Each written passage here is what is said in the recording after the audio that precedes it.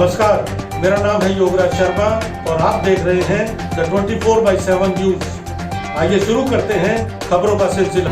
पूरी दिल्ली की जनता भारतीय जनता पार्टी को 15 साल के कामों के बाद दिल्ली की सत्ता को सौंपेगी।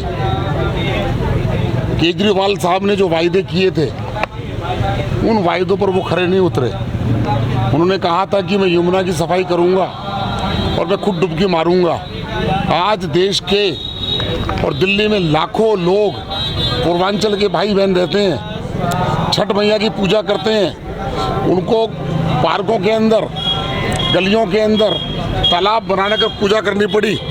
अगर यमुना नदी साफ हो जाती तो हमारे पूर्वांचल भाइयों को एक बड़ा तोहफा होता। 2113 करोड़ रुपया मोदी जी के देने के बाद भी यमुना मैली की मैली है और वो कहते हैं कि मैं डुबकी मारूंगा। कई वर्ष बीत जाएंगे, केजरीवाल के होते हुए यमुना साफ नहीं हो सकती। कूड़े के ढेर को लेकर जो मुद्दा बनाया जा रहा है, कूड़े का ढेर, मैं जिस जगह सेक्टर 6 में खड़ा हूँ, यहाँ से मैं 5 किलोमीटर कहीं पर भी दाएं बाएं आगे पीछे अगर कूड़े का ढेर उसको कहते हैं जहाँ पर 3 टोकरी 3 तरसले कूड़ा हो उसको ढेर कहते हैं, कूड़े का ढेर नहीं कहते। कूड़े का ढेर जो है जिस भलसवा लैंडफिल की बात कर रहे हैं, सदियों से वहाँ पर कूड़ा दिल्ली का आबादी के अनुपात से कूड़ा निकलता है।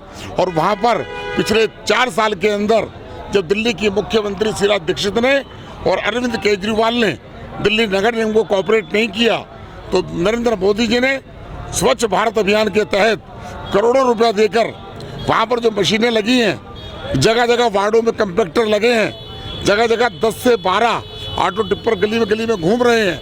मुझे तो कूड़े का ढेर नज़र नहीं आता। झूठ बोलने के अलावा कुछ भी नहीं है।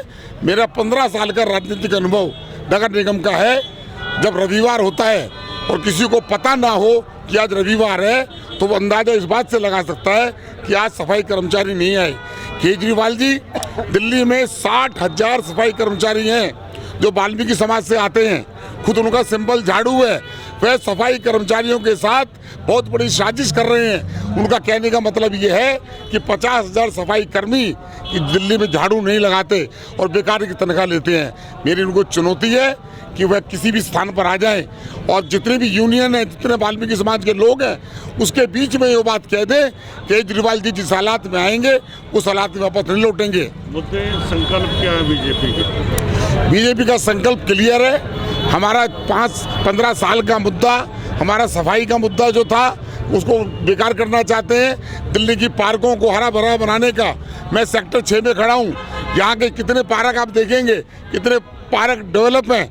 अभी तो हम केजरीवाल से वो हिसाब लेंगे कि आज 15 साल के मैनिफेस्टो के अंदर उन्होंने कहा था कि दिल्ली के अंदर मैं राशन कार्ड बनाऊंगा। किसने राशन कार्ड बनाने को रोका? आज जिसके घर के अंदर 7 साल का बच्चा हो गया है उसका नाम राशन कार्ड में दर्ज नहीं है। आज बुजुर्गों की पेंशन नहीं मिल रही है। आज बिजली फ्री के नाम के ऊपर कुछ लोगों को फायदा होगा, लेकिन दिल्ली के अंदर लाखों लोग शॉपकीपर हैं।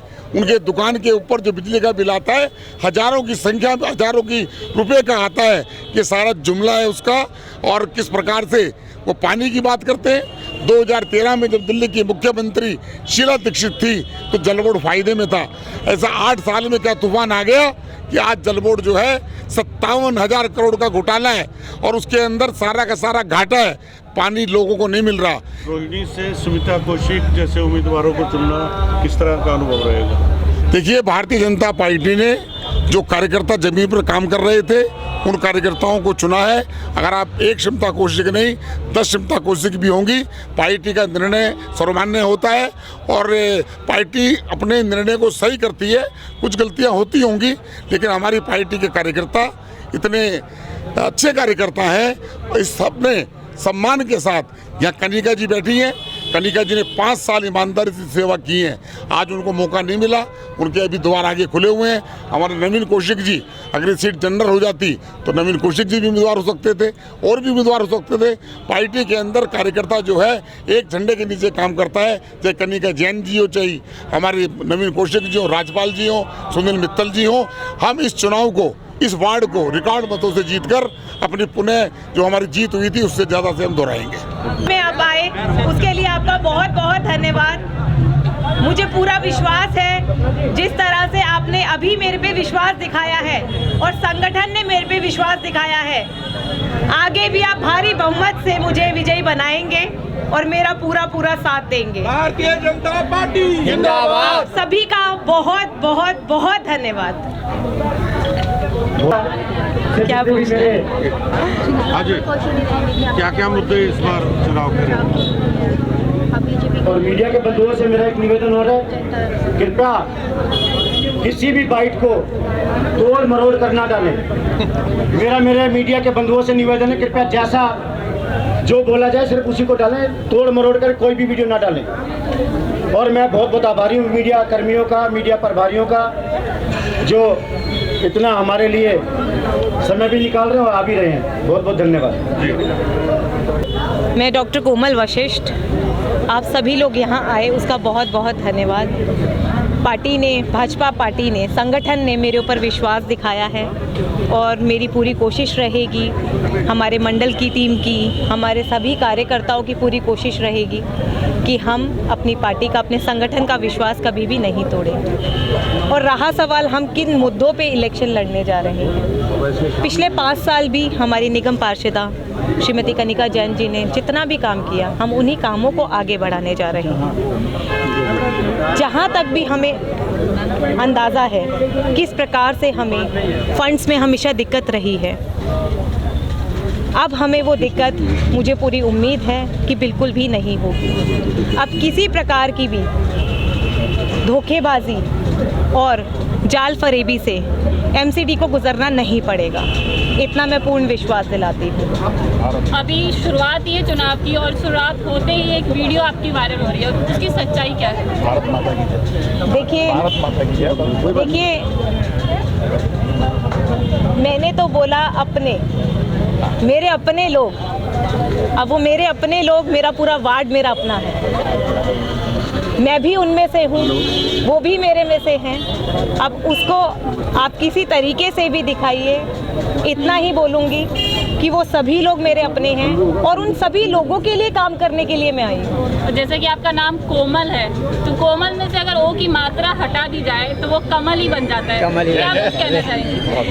देखिए, मैं तो हर एक को यही बात बोल रही हूँ, कोमल और कमल, अगर आप कमल को याद रखेंगे तो कोमल अपने आप ही याद हो जाएगी। तो इसीलिए मैं बहुत ही गर्व महसूस कर रही हूँ कि भाजपा, उस पार्टी ने मुझे चुना, मैं भाजपा की कैंडिडेट के रूप में अपने क्षेत्र में आई और मेरे से जितना दम पड़ेगा मैं अपने क्षेत्र के लिए पूरे 5 साल मेहनत करूँ। और मोदी जी ने कहा था कि वो जो बेघर लोग हैं उनको घर दिलाएंगे, तो अगर आप जीत जाती हैं तो अपने वोट में जो ज़रूरतमंद लोग हैं उनके पास घर नहीं है, क्या उनकी मनोकामना पूरी होगी? देखिए, जितने भी ज़रूरतमंद लोग हैं, हमारी सबसे पहले मैं आपको एक बहुत छोटी सी चीज़ क्लियर कर देती हूँ, हमारे जितने लोग हैं वो कभी भी है ना दिल्ली सरकार के ऊपर डिपेंड रहे ही नहीं हैं, क्योंकि केंद्र सरकार ने, मोदी जी ने डायरेक्टली हमारी हर एक निवासी को घर प्रदान किया है।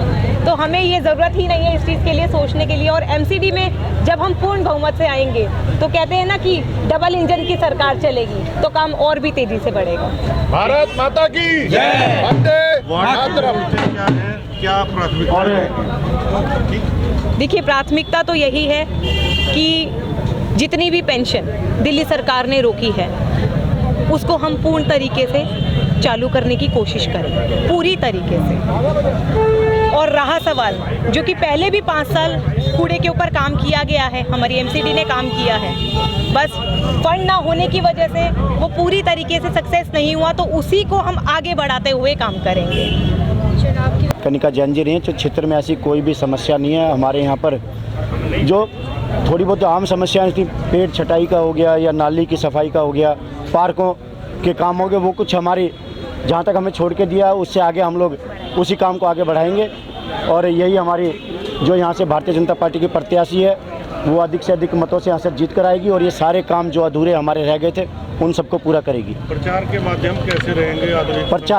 प्रचार के माध्यम हम लोग 2 या 3 बार लगभग हम पहले ही घर घर संपर्क कर चुके हैं, सबके घरों में हम जा चुके हैं पहले ही, और एक एक से हमारा हर परिवार में हमारी पकड़ है, हर जगह हर पॉकेट में हमारे कार्यकर्ता, देवतुल्य कार्यकर्ता, भारतीय जनता पार्टी का एक कार्यकर्ता ऐसा था जो कोविड काल में भी आपने देखा होगा 45 दिन तक अंबेडकर हॉस्पिटल के बाहर चाहे भोजन की व्यवस्था हो, सैनिटाइजेशन की व्यवस्था, चाहे हमारे विकास सिंह जी जिन्होंने पूरे क्षेत्र में सैनिटाइज किया, तो ऐसे भारतीय जनता पार्टी का कार्यकर्ता ही आपको केवल कोविड काल में नज़र आया होगा सड़कों पर। चाहे सेक्टर 5 में ESI डिस्पेंसरी की बात करें, डिस्पेंसरी पर लगभग 45 दिन हमारा जो हमने फ्रूट और अपना वहाँ पर जो लोगों को जिन्होंने वैक्सीन, मोदी जी ने जो फ्री वैक्सीन लोगों को दी, वो वैक्सीन जो भी लगवाना है हमने उनकी पूरी भरपूर भारतीय जनता पार्टी के कार्यकर्ताओं ने उनकी सेवा की।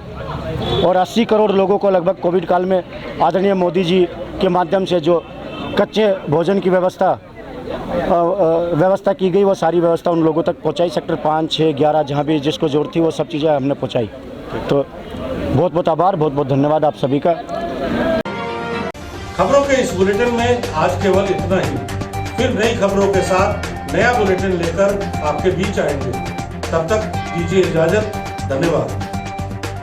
अगर आपको हमारा ये वीडियो पसंद आया हो तो लाइक करें, कमेंट करें और चैनल को सब्सक्राइब करना बिल्कुल ना भूलें।